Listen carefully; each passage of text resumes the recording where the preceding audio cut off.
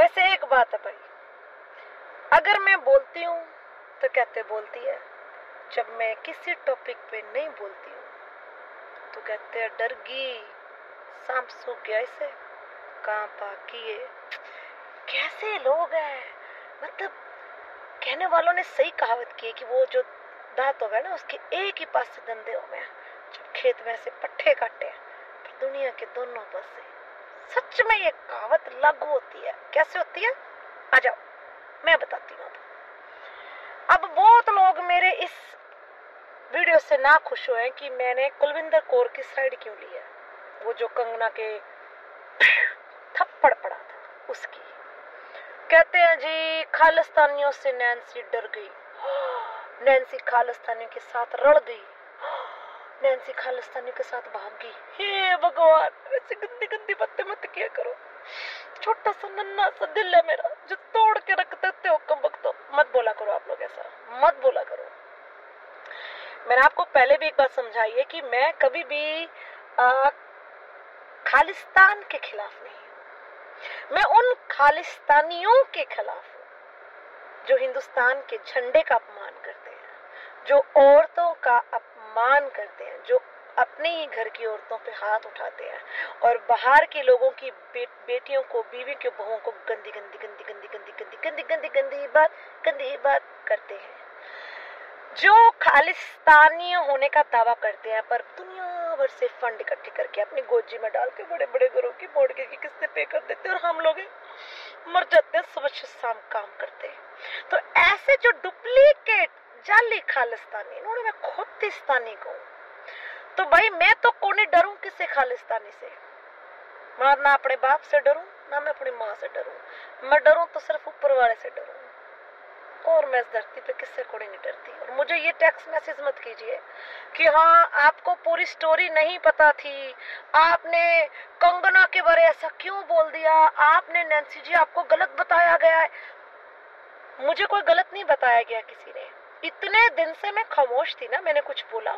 कितनी वीडियो आ रही हैं, लोग कितना कंगना का मजाक उड़ा रहे हैं, मैं बोल रही हूँ क्या कुछ हो रहा, मैंने बोला क्योंकि मुझे हकीकत नहीं पता थी और मैं कुछ गलत अफवाह नहीं उड़ाना चाहती थी। तो मैंने प्रॉपरली इस चीज को, जो कुलविंदर कौर के जो ऊपर बड़े हेड है ना उस डिपार्टमेंट के, जिन्हें आप बड़ा फौज का कर्नल कह दो, फौज का बड़ा ऑफिसर कह दो, वहां तक बात निकलवाई है कि बात हुई क्या थी। अब कंगना के जो थप्पड़ पड़ा है उसकी गूंज दिल्ली तक गई है। अब कंगना बोल रही है कि जो भी पंजाबी हैं, पंजाब में रहते हैं, हम सब उग्रवादी हैं। ऐसा मत कहिए आप। मैं खालिस्तानियों के विरुद्ध हूँ। क्यों? क्योंकि उन्होंने, वो हमारे सिख है पर उन्होंने हम सिखों की नाक अच्छी तरह काट के रख दी कि आज अगर हम जैसे लोगों के पीछे कोर या सिंह लगा होगा ना, सब लोग सोचेंगे हम भी खालिस्तानी, हम भी गंदे हैं, वाहियत है। क्योंकि उन्होंने लोगों के दिलों में इतनी नफरतें पैदा कर दी ना, खालिस्तान जाली खालिस्तानियों ने इतनी नफरत पैदा कर दी लोगों के दिलों में कि आज इतना बोल देना हम लोग कि हम पंजाब से, अच्छा उग्रवाद हो, खालिस्तानी हो। अरे सिख तो दिलों पे राज करते थे, आज इन्होंने हम सिखों को डुबो के रख दिया। और आप हर एक सिख को उग्रवादी खालिस्तानी नहीं बोल सकते हैं। तो इसी करके उसकी चमाट पड़ी थी मुंह पे कंगना की। और ये चमाट एक ऐसी चमाट है कि मुझे नहीं लगता आज के बाद वो किसी भी हिंदुस्तान के किसी भी एयरपोर्ट पे उतरेगी ना और वहां पे किसी लड़की के नाम के पीछे कोर या बंदे के पीछे सिंह हुआ ना, छोरी पंगा को नहीं लेगा दोबारा, लिखवा लियो स्टाम्प पेपर पे, ऐसा देख के मुंह पर करके निकल जाएगी। और बोलेंगे ना पर्स और फोन रख, 5 मिनट में रख देगी।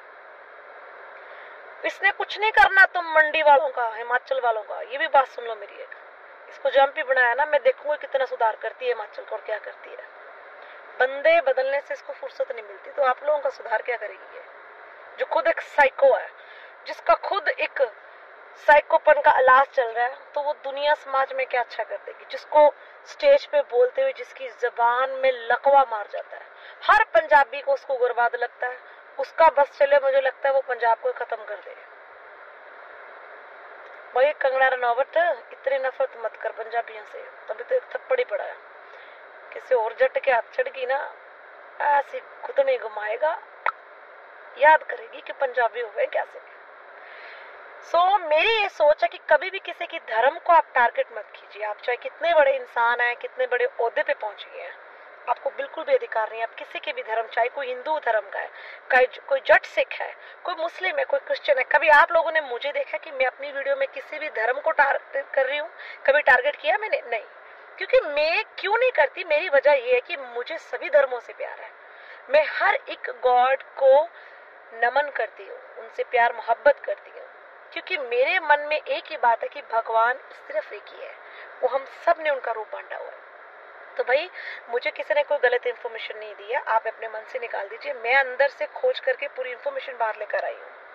ठीक है, आप लोग कुछ लोग कंगना रनौत के फैन होंगे, उसकी पिक्चर्स के फैन होंगे, उसकी एक्टिंग के, no doubt she is a very good actor, मेरी उससे कोई दुश्मनी नहीं ऐसी, पर मैं सत्य बोलती हूँ।